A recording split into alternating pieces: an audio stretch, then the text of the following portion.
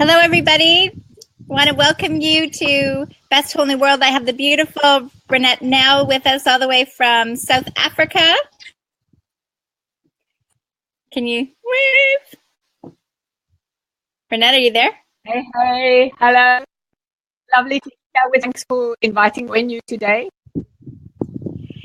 And it's going to be a great conversation because we're talking about the body is a self-healing mechanism. And you and I are both in total congruence with this. That's just like when you cut yourself, you expect yourself to heal. So let's just broaden that scope and realize how powerful this body is and the gift that you've been given. So where would you like to start this conversation today, Renette? I'd actually like to start with the very fact that when you cut yourself, as you mentioned, we do it and aid it, or we do things that hinder it. But it knows what to do. And in fact, just this morning, I scratched off the last little bit of a scab from here on my hand, where it has beautifully healed itself. And we usually have the orientation in our thinking, and certainly in our society, that the body needs to be protected against external things that attack you. Mm-hmm. And then it's that mechanistic model of the Newtonian model, where the body is a machine and you can replace parts and you can fix parts and the emphasis is not on heat. Take my glasses off if anybody, because I'm feeling down with it. So the thing is, when you have your emphasis on protecting against something attacking you, Mm-hmm. some random act or some random germ or some random something, then you're not focused on healing, and you're not necessarily doing the things that will help the body. And my whole approach all my life and has been that the body knows how to heal. Yeah. And we need to have that orientation of creating health and knowing the thing is we can be healthy. Mm-hmm. And then when you are healed, to look at what you can do to aid the body in rebalancing itself as healthy. Mm-hmm. Does that make sense to you? Oh, it makes perfect sense to me. It's like you're either working with your body or you're, in a sense, working against the natural flow. It's like, are you swimming with the tide or are you swimming against the tide? And, Yes. I think medicine just got itself a little carried away with wanting to think that they would just give us a pill to get rid of every symptom, without realizing the reason we're sneezing or our eyes are running or we're coughing is because we're wanting to release something. So we're not to take something to suppress that. We want to activate that so whatever we're expelling is released. Yes. And you put your finger on the nub when you said that you suppress something, because generally medication, I'm talking allopathic medication, and I'm knocking it as such, just so that everybody's very clear. I feel that we need all. We need whatever will heal. That is not geared towards healing the underlying cause. It's geared to suppressing the symptoms. So if you have a headache, you take a tablet and you no longer feel the headache. It suppresses the nerves that tell you. Meanwhile, could be your liver that is sick. And you know this because you haven't become aware of why your body is talking to you. Our bodies is a communication tool. It's our interface with our spirit. It's where our spirit inhabits. They say your body is the temple of God. And we say it, but we don't realize what that truly means, which is literally we are indwelling spirit with a body that has its own cognizance as well. It's a living organism. got its own vitality and its own life force, and it knows how to heal itself. Jacqueline, it looks as if either you or I suddenly missed a few streams. I can still hear you. Say we missed a few streams. No, good. It's all, you just have to, one of the things that I've learned about live streaming is sometimes the connection goes like that and you might pause, but whether you think I'm paused or you're paused, sometimes everyone on Facebook gets us just the same way. So it's just trust this. So it's learning to trust the inner guidance. But I just wanted to say on that, when you were mentioning about the allopathic community, right? Because I was saying about balance, and we're not prescribing one thing one way or the other. We're just suggesting to you that you might want to open yourself up to the concept that your body is a self-healing mechanism, and to get present to all the, like the cat or releasing things, that things do happen on its own. And even if you don't believe the body's a temple, you're not a God person, science is showing that you're in quantum physics, you're a vibrational force. And in this vibrational force, you're responding to different frequencies. So pick the frequency that supports what you want versus the frequency that doesn't. It's like listening to the station that makes you feel good versus the one that doesn't.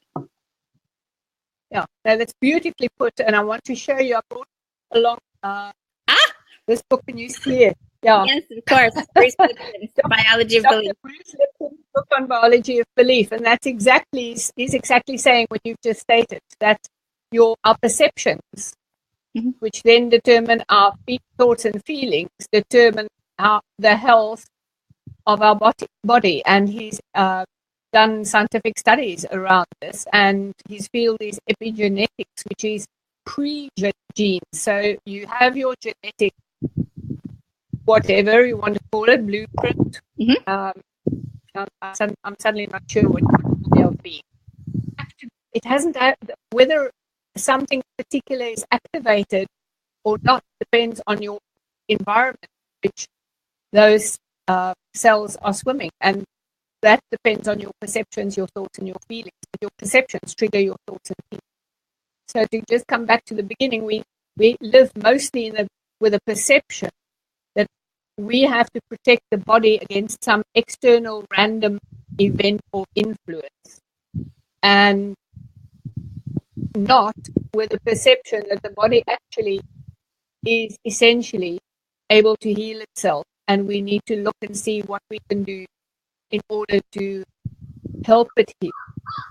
Yeah, I have an experience from when I was probably 18, 17, 18, thereabouts, last year at school. We had a youth camp on the farm where I lived. My parents offered us for come and tents. So, and of course, there's a campfire on the last night, and a campfire concert and all that fun.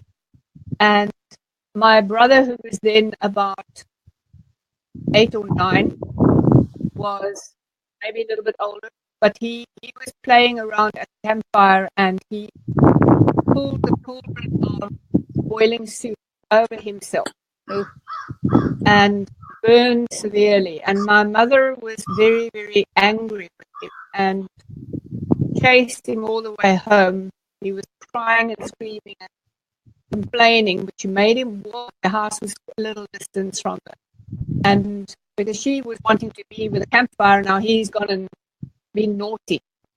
And she was a healer, by the way. She was a homeopath and a naturopath, and she also used her hands to do healing. And when she got him home, and he was in a terrible state, she pulled his socks and shoes off, and his skin came off with the socks. And that, of course, was like the most intense thing for her to experience, to suddenly realize this kid had really burnt himself. He wasn't just acting up. And she didn't know what she's going to do with these raw feet, the bottom of his feet were raw. And I don't know if it's the bottom, sorry, but his feet had raw skin as parts of skin came off the socks. So she then, the only thing she could do was just to give him some rescue remedy. Right. And then did her healing with her hands over him and over his feet. Mm-hmm. And she then made a little table over his feet with the blankets going over the table so nothing pressed on his feet. She didn't apply anything. She didn't know what else to do. Mm-hmm. And went and slept in his bed that night. And then the next morning, when she with great trepidation came to see how he is and how his feet are, he wasn't in her bed. And she found his feet were fine. So I know that the body is a self-healing mechanism. Yeah. You can't, there's no other explanation than that the body just needed that energy and that consciousness and that vibration of helping it in order to heal itself. And it did that. This was like a miracle healing. Mm-hmm. But it did that. Well, it's so beautiful. So beautiful. I think you've experienced that as well to a degree with your own health. I didn't talk about it last time. I actually just recorded the other day. I just felt like it was time to record. So the story of November 11th, 2011, when my skull crashed the pavement, and how that healing occurred without medical intervention. And what I feel that I just want people to recognize is that just think of when a child falls down, right? There's stories, when you have your first child, you're so protective of it, right? And the second one comes along and they drop the soothe or whatever, and you're like, no big deal, throw it back in your mouth, right? First one, you're like sterilizing. And so when your child falls down, do you like go, oh my gosh, are you okay? Or are you like, it's okay, just get back up? And a lot of it has to do as a parent of how we react to a child's situation. If we're just saying, it's going to be fine, they can look at us and go, okay, it's going to be fine. So it's like an alignment. I spoke with a woman the other day. She said that a child fell down off, and it wasn't like she was a healer, but a child fell off the playground, and like his neck he was like going there. They called for 911, and he was crying, and she just looked at him right in the eyes, and she said, just relax. Everything's going to be fine. You're okay. And she said as she did that, and she said to him that, it's like she felt him relax. And wouldn't you know it, he went, the emergency came, picked him up, they looked him all over, and they go, you know what, he's okay. He's just a little bruised. Everything's fine. But at that moment, the worst was, for some people, they thought the worst was happening, right? That he'd fallen down and broken his neck. Yes. Yeah. No, that's beautiful. I love that story, and I love your story too, because we truly have this amazing ability. Well, we don't. We have the amazing ability to connect to our truth of our bodies, but our bodies has this amazing ability to heal. I thought I'll just share one story briefly. I don't know if I've shared it with you before, Jack. I see we've got somebody. Stories are so good to share because people can identify with them. Somebody. Yeah, but I can't see. I think you're the one with the scripts on your side, not on my side. So, hi, Annie. Oh, it's wonderful. So wonderful that you joined us. Thank you. Thanks for being here with us. And I've also got my husband, Johan. You can't see it because it's just in the chair next to me. But he has Parkinson's disease, which is now labeled as incurable and chronic disease. So for the rest of his life, he's got it, and there is prognosis of curing it as such. Mm-hmm. And it's going to, if we believe the very first neurologist, he would have already been in a wheelchair a couple of years back. So we chose, because we know our bodies are self-healing mechanisms, and that they're also our communication tool between us and our spirit, telling us where we're blocking our emotions, what you are repressing, your body will express. Right. And us how we're living our when you're eating on track, whatever it is reflecting that back to us. So he decided in 2010, in May 2010, when he was so weak that he couldn't walk uphill anymore near our house we lived in Neisner at the time. And he could also not get up out of a chair unaided. And lots of things. Couldn't drive, all of that. It was really, really, really debilitating. And he came back from trying to walk up the hill the one particular day in May and said he's not living like this. He is going to take his life back. And I didn't know how he's going to manage that. Looking at him, it just seemed almost like possible. But I know the body can heal. And I know that what you can conceive and believe you can achieve. And he actually said that he wants to hike the Outeniqua Mountains again. Sorry, I just knocked this microphone. Hike the Outeniqua Mountains again with his family, and he wants to work again as an engineer. And I supported him in that 100%. And we started doing things to find, we found fantastic nutrition that helped him very much, and we still use it to this day. Natural product made from actual food. He exercising in a way that releases growth hormone, which he's also still doing. And I did quite a lot of coaching for him in terms of his perceptions and his the Parkinson's and the underlying emotions that he had been suppressing for most of his life. And it made a huge, huge difference, because 9 months after he could not walk up the hill, we took, and I brought it with me to show you. Took this photograph up in the mountain, and that's him back on his back. And he hiked 33 kilometers in these rugged mountains 9 months after he couldn't walk uphill. And he looked like a totally different man. So this is somebody who, more or less at that time, was supposed to be in a wheelchair or kind of thing. At one point looks as if that's the way he's headed. And then 18 months later, he started working. He's a very fine engineer. He started working in Sandton in Johannesburg, project engineer.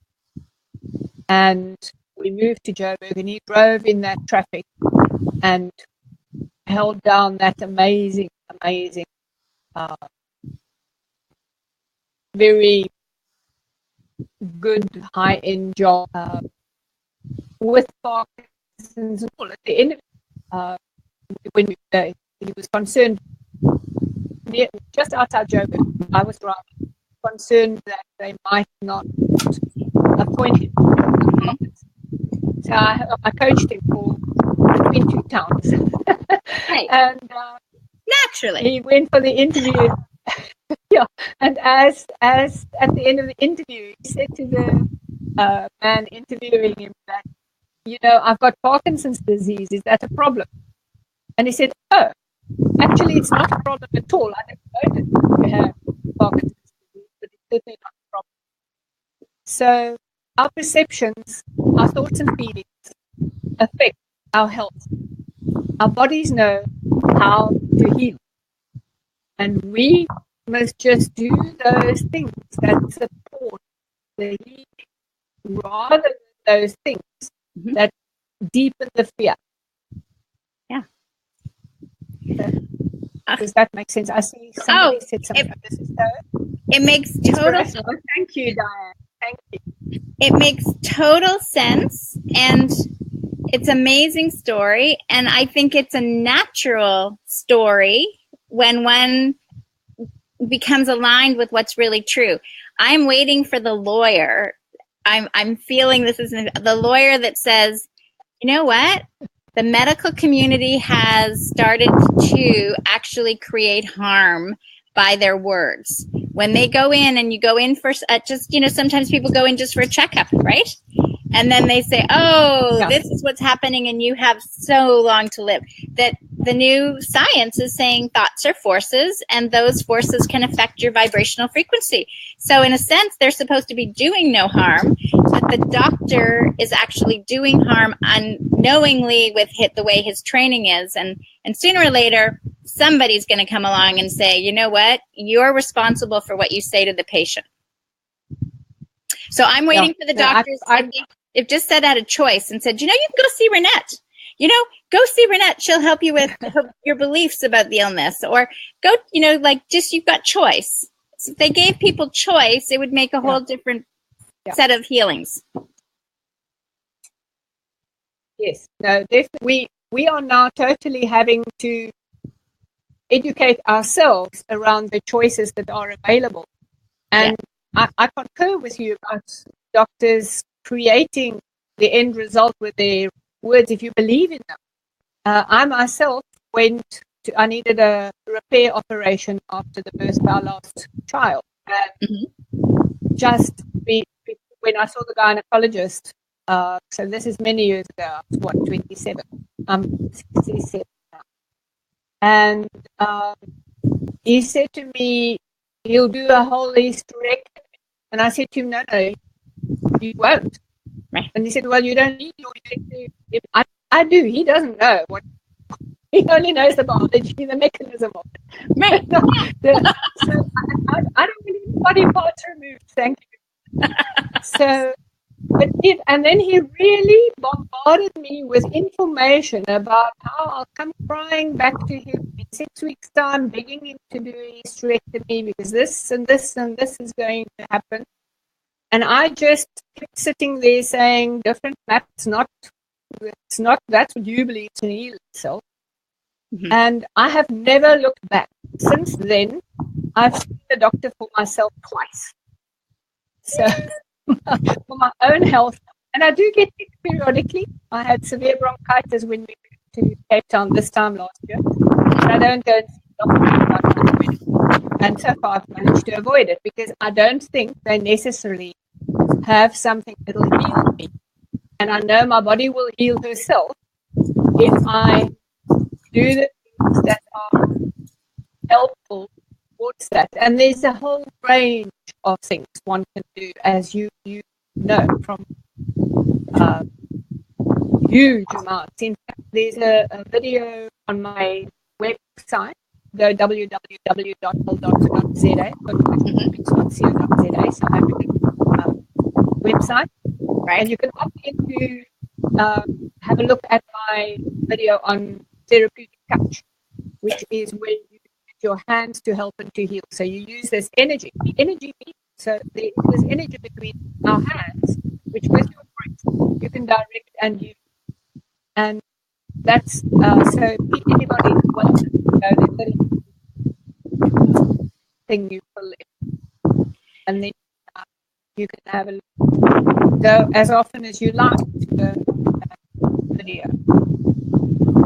So well, it's an exciting able to heal, and we give our bodies what it needs. Yeah. I find that this is an exciting time for people to realize that there's so much more, right? It's this shift that's going on to realizing, well, if the universe is abundant, of course health is abundant. You know, if you look around and nature is about thriving, the universe is about thriving, of course your body's designed to thrive.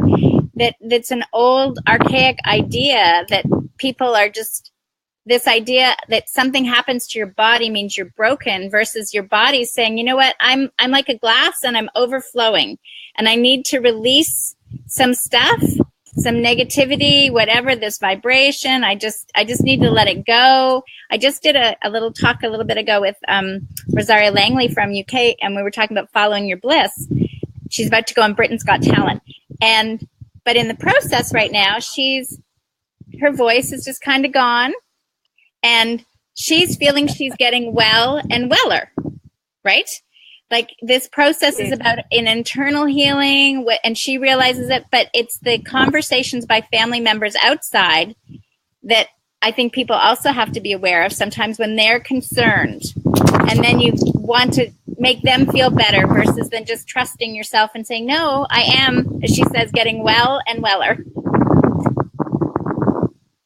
Yeah, I love that, well and weller. Optimal health is what we really want to focus on, and whatever we do must be the actions that will support being optimally healthy. And it's a whole spectrum of things. Mm-hmm. You can, for releasing emotions, you can do tapping, from emotional freedom technique. You can do breath work. You can do meditations. I'm a certified facilitator for John DeMartini's. His work is balancing emotion perceptions and excess emotions around anything that happen in your life. And there are so many modalities. And I don't think I've really come to believe, not just, but to realize that it doesn't matter that much what you are doing. What matters is that you are doing, and the focus with which you are doing it, which is towards it does have. It is if what you are doing does not have distinct severe side effects. Johannes Parkinson has severe side effects, and in fact, he has had a heart attack in 2012. He had a heart attack, and so they say it's not the medication, but the medication is known to affect the heart. Right. And it's also known that the medication, almost all chronic medication, increases the homocysteine levels in blood, which makes whatever cholesterol you are, whether that's a little bit or not, it makes cholesterol become stickier to the arteries, and you are very likely to have a heart attack. So, what I call a heart attack, got a fancy name, but what's it, myocardial infarction, something like that. So once he was through the crisis, and I did a huge amount of therapeutic touch for him, I actually didn't pay too much attention to the rules in ICU. In fact, they threw me out regularly, and I was right back in again. But and gave him a lot of vitamin C and other nutrients while he was there. But the cardiologist then wanted to prescribe things to him for the rest of his life, on top of the Parkinson's things for the rest of his life, which is, and have to a high degree, which one would thin his blood and the other would bring his to lower his cholesterol. But we later discovered the cholesterol one is contraindicated for one of his Parkinson's medications. So he would not have gotten better at all. And he's fine. I mean, it's 2014 until now. He's fine. So yeah. So don't just believe everything they say. Listen with care, but don't think about it. See what else you do. Don't just take that as the one and only way, because those things are there best symptoms. They're not there to heal. Because even with the Parkinson's medication, healing is giving the body, bluffing the body, thinking it's got the dopamine and no longer being manufactured. So, yeah. And I don't know. Sorry, I need to drink the water. No, okay, so I just wanted to make sure everybody's clear that Renette and I, are giving you information. We are never suggesting that you refrain from medical attention. We're saying there's lots of options out there. So if you're feeling you're getting different results from your doctor than you desire, that you feel that could be true, then trust that feeling to give you other options. But if you're always listen to your doctor for what your doctor's telling you, unless you feel differently. We are totally saying our own experiences. We are not telling you not to go to the doctor. Okay, just so that's clear, is once upon a time I was I was grateful when the doctor told me I could take a pill and I would be healthy, it would deal with my illness. And now, I think the last time that we had an occurrence was maybe about 4 years ago, my youngest, she's now 18, she was bit by a dog, and I get this call like that she's in an ambulance, and I'm like, an ambulance? She's been to the doctor once. What's she doing in an ambulance, right? And I go to the hospital, and I meet her there, and she's like, oh, I'm okay, but they're here, and this dog has bit me, and I'm thinking, okay, what do I do here? Because I've never given her tetanus, right? She's never been vaccinated. So I'm like, do I need to give her tetanus? Like, tune in, I'm tuning in. And as I'm tuning in to find out what I need to do, my arm starts to shake. So, like energy sort of works through me sometimes. So my arm is starting to shake, and it starts to shake. And the nurse says to me, we finally get to the nurse, was like, oh, do you need something for your anxiety, miss? And I'm like, no, it's just energy. And as I'm there, and I'm like, no. And then all of a sudden my arm stops, and I'm like, yeah, you're good. We can go now. And Faith always jokes. She goes, it was my arm. But she had been bitten, but I'm like, no, you're fine. It's all good. I feel you're healed. And we walked out of there without a tetanus shot or, without any medication. They called us and they're like, you need something? We're like, no, in 2 days, her arm was totally good. Yeah. But that's because I live in that experience. Yeah. Certainly you live in this experience. And for those of you that are hearing this for the very first time, you need to get to that experience. Right? Yeah. Always suggest that if you have a lot of fear around something, that you then just go with not doing whatever, because that fear will be the thing that you'll be creating. So you will actually be creating from fear. We're working from the paradigm or the, what do you call it? The construct, the paradigm, what do you call it? Help me out, Jacqueline. That the health is natural, right? The modality, Hannes just helped me. The modality, our bodies are self-healing mechanisms and know how to heal. And we need to do what's necessary that will support that. And it could be any of a whole huge number of things. It doesn't have to be just this. I'm very, very pro the nutritional supplements we're using, because I've previously used also natural, having with my mother being a homeopath since the age of 14. I've just used natural remedies for myself and my family. And the difference between the previous ones we were using, I think some of them are from the various soul guard remedies and so on, nutrition. There were high difference between using them consistently over a long period of time and starting to use the ones we're using now was very large, very obvious, very definite. So we still use them, 7 years down the line, 2010 till now. But I am confident and certain that there are amazing other fantastic natural nutritional supplements out there. It doesn't have to be just this one. Right. It just happens to be the one that we came across that really worked and is still working and helpful. So it doesn't matter what your modalities are that you're going for in terms of supporting your health, provided that they are true for you to be doing. And try the different things, try tapping or try a certain way of coaching or try whatever is going to help you heal and tune into what your body is. When we start talking to our body, being present to our body, it really makes a huge interact with it and in our health.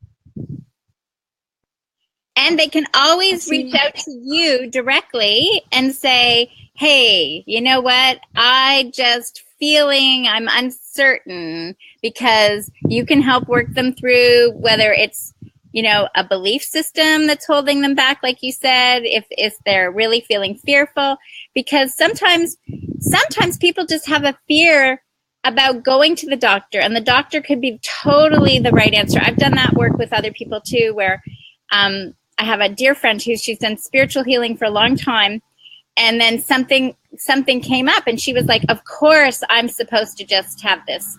And I said, no, that's not how it works. you have to follow what's there. You may have to go to a new level of trust that this is your experience now, to trust the doctors because you haven't had that experience in such a long time. So there's never one particular way, but you can definitely help guide people with them, learning what's inside themselves, right? Yeah. We can carry on this conversation. No, absolutely. And I would also say, Eva, and I love that Annie says she's so grateful that we're sharing this. Thank you. We're so grateful to have you here with us. Thank you.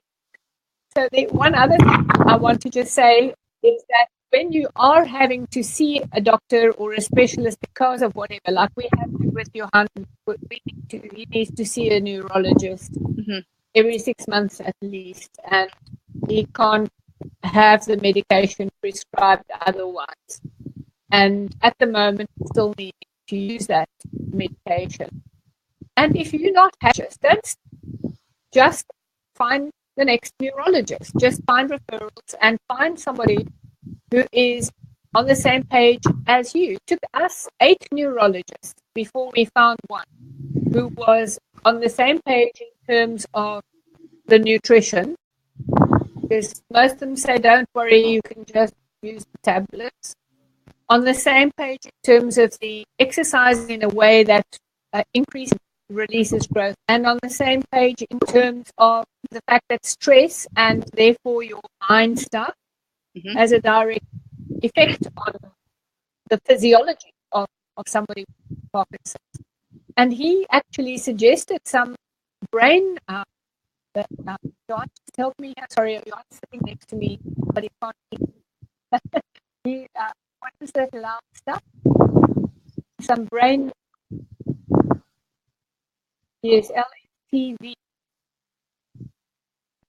I forgot the name. Sorry, I put it's okay. That name and didn't write it down. He's a way of reprogramming the brain to program your muscular. And there's a fantastic book, if anybody ever has anything that deals with the brain, is Deutsch's book, The Brain That Heals Itself. I don't know if you know it, Jacqueline.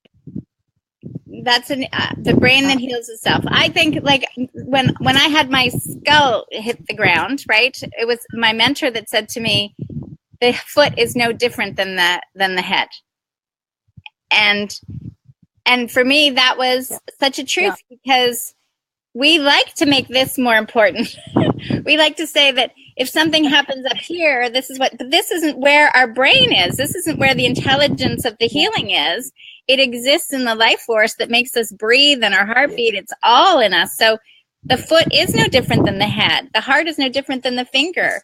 So the body is a self-healing mechanism. If you believe, you can cut and it can heal. Anything else is healing. It's like when your lymph nodes get full, that's your lymph nodes' job. They get filled with stuff because they're trying to get it out of your system. So then you need something to support your lymph nodes to release the toxins, right? It's working with your body. Oh, I love this topic. I do too. Thank you for inviting me to share it with you. I really, it's very close to my heart, because I think health is our most precious possession. We think money is important, other things are important, but I tell you, when you don't have your health, it really makes you realize that actually was the most important you had, and you will give almost anything to get it back in. So I think it's vitally important for us to learn to take care of ourselves, learn to take care of our bodies in a way that they can do what they are designed to themselves. And we're going to carry on this conversation weekly to keep people if you want to get the good news, that that your body is a self-healing mechanism, we'll keep sharing what comes to us and passing that out there so you can learn to trust yourself and have a connection with your body. And please reach out to Renette, and either on your website or Facebook, either one, right? You'll just put the link below here too, so that's easy for them. Yeah, I'll do that. Yes, either. I live in cyberspace when I'm not here in the body. Thank you, Jacqueline, and love this conversation. And Thanks for inviting me. Thank you I love you. who joined us and listened up. Bye. Thank you. Bye. Bye. Bye.